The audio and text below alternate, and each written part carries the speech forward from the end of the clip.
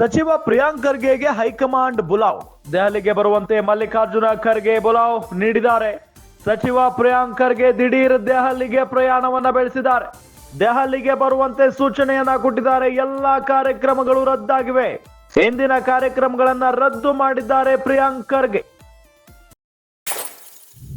3 ದಿನ ದೆಹಲಿಯಲ್ಲೇ ಇರಲಿದ್ದಾರೆ ಪ್ರಿಯಾಂಕ್ ಖರ್ಗೆ ಅವರು.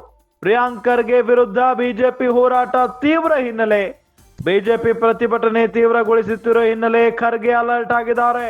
ಪ್ರಿಯಾಂಕ್ ಖರ್ಗೆಯಿಂದ ಮಾಹಿತಿಯನ್ನ ಪಡೆದುಕೊಳ್ಳಲಿದ್ದಾರೆ ಎಐಸಿಸಿ ಅಧ್ಯಕ್ಷ ಮಲ್ಲಿಕಾರ್ಜುನ ಖರ್ಗೆ. ತೀವ್ರ ಕುತೂಹಲ ಕೆರಳಿಸಿದ ಸಚಿವ ಪ್ರಿಯಾಂಕ್ ಖರ್ಗೆ ಅವರ ನಡೆ. ಸಚಿವ ಪ್ರಿಯಾಂಕ್ ಖರ್ಗೆಗೆ ಹೈಕಮಾಂಡ್ ಈಗ ಬುಲಾವ್ ಕೊಟ್ಟಿರೋದು.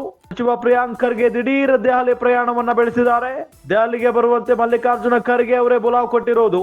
ಈಗಾಗಲೇ ದೆಹಲಿಗೆ ಬರುವಂತೆ ಸೂಚನೆ ಕೊಟ್ಟ ಬೆನ್ನಲ್ಲೇ ಎಲ್ಲಾ ಕಾರ್ಯಕ್ರಮಗಳನ್ನ ರದ್ದು ಮಾಡಿ 3 ದಿನ ದೆಹಲಿಯಲ್ಲೇ ಇರ್ತಾರೆ ಪ್ರಿಯಾಂಕ್ ಖರ್ಗೆ ಅವರು ಅನ್ನೋದು ಗೊತ್ತಾಗ್ತಾ ಇರುವಂತಹ ವಿಚಾರ. ಪ್ರಿಯಾಂಕ್ ಖರ್ಗೆ ವಿರುದ್ಧ ಬಿಜೆಪಿ ಹೋರಾಟ ತೀವ್ರವಾಗಿಬಿಟ್ಟಿದೆ. ರಾಜೀನಾಮೆ ಆಗಲೇಬೇಕು ಪ್ರಿಯಾಂಕ್ ಖರ್ಗೆ ಅವರದ್ದು ಅನ್ನೋ ನಿಟ್ಟಿನಲ್ಲಿ. ನಿಮಗೆಲ್ಲ ಗೊತ್ತೇ ಇದೆ, ಯುವ ಗುತ್ತಿಗೆದಾರರ ಸಚಿನ್ ಇಲ್ಲಿ ಡೆತ್ ಆಗಿರೋದು, ಅಂದ್ರೆ ಆತ್ಮಹತ್ಯೆಗೆ ಶರಣಾಗಿದ್ದಾರೆ. ಅವರು ಡೆತ್ ನೋಟ್ ನಲ್ಲಿ ಪ್ರಿಯಾಂಕ್ ಖರ್ಗೆ ಅವರ ಹೆಸರನ್ನ ನೇರವಾಗಿ ಉಲ್ಲೇಖ ಮಾಡದೆ ಹೋದ್ರು ಕೂಡ ಪ್ರಿಯಾಂಕ್ ಖರ್ಗೆ ಅವರ ಆಪ್ತರು ಅಂತ ಹೇಳಿ ಉಲ್ಲೇಖ ಮಾಡಿದ್ದಾರೆ. ಪ್ರಿಯಾಂಕ್ ಖರ್ಗೆ ಅವರ ಆಪ್ತರೇ ನನ್ನ ಸಾವಿಗೆ ಕಾರಣ, ನನ್ನ ಆತ್ಮಹತ್ಯೆಗೆ ಕಾರಣ ಅನ್ನೋ ನಿಟ್ಟಿನಲ್ಲಿ ಬರೆದಿದ್ದಾರೆ. ಇದೇ ವಿಚಾರವನ್ನ ಮುಂದಿಟ್ಕೊಂಡು ಈಗ ಬಿಜೆಪಿ ತೀವ್ರವಾಗಿ ಹೋರಾಟವನ್ನ ನಡೆಸ್ತಾ ಇದೆ. ಮತ್ತು ಇಲ್ಲಿ ಪ್ರಿಯಾಂಕ್ ಖರ್ಗೆ ಅವರ ಕೈವಾಡವೂ ಕೂಡ ಇದೆ. ಪ್ರಿಯಾಂಕ್ ಖರ್ಗೆ ರಾಜೀನಾಮೆಯನ್ನ ಕೊಡಬೇಕು ಅನ್ನೋ ನಿಟ್ಟಿನಲ್ಲಿ ಆಗ್ರಹಿಸ್ತಾ ಇದ್ದಾರೆ. ಬಿಜೆಪಿಯವರು ತೀವ್ರವಾಗಿ ಒತ್ತಾಯವನ್ನ ಮಾಡ್ತಾ ಇದ್ದಾರೆ. ಇದೇ ವಿಚಾರಕ್ಕೆ ಸಂಬಂಧಪಟ್ಟಂತೆ ಈಗ ಹೈಕಮಾಂಡ್ ನಾಯಕರು ಪ್ರಿಯಾಂಕ್ ಖರ್ಗೆಗೆ ಬುಲಾವ್ ಕೊಟ್ಟಿರೋದು. ದೆಹಲಿಗೆ ಕರೆಸ್ಕೊಂಡಿದ್ದಾರೆ. ದೆಹಲಿಯಲ್ಲಿ 3 ದಿನಗಳ ಕಾಲ ಚರ್ಚೆ ಕೂಡ ಆಗುತ್ತೆ ಇದೇ ವಿಚಾರಕ್ಕೆ ಸಂಬಂಧಪಟ್ಟಂತೆ ಅನ್ನೋದು ಗೊತ್ತಾಗ್ತಾ ಇರುವಂತಹ ವಿಚಾರ.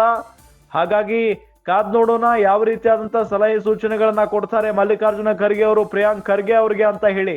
ಯಾಕೆ ಅಂತ ಹೇಳಿದ್ರೆ ಸಾಲು ಹಗರಣಗಳನ್ನ ಎದುರಿಸಿದಂತ ಸರ್ಕಾರ ಸಿದ್ದರಾಮಯ್ಯನವರ ಸರ್ಕಾರ. ಪದೇ ಹಗರಣಗಳ ಮೇಲೆ ಹಗರಣಗಳು, ವಿವಾದಗಳ ಮೇಲೆ ವಿವಾದಗಳು.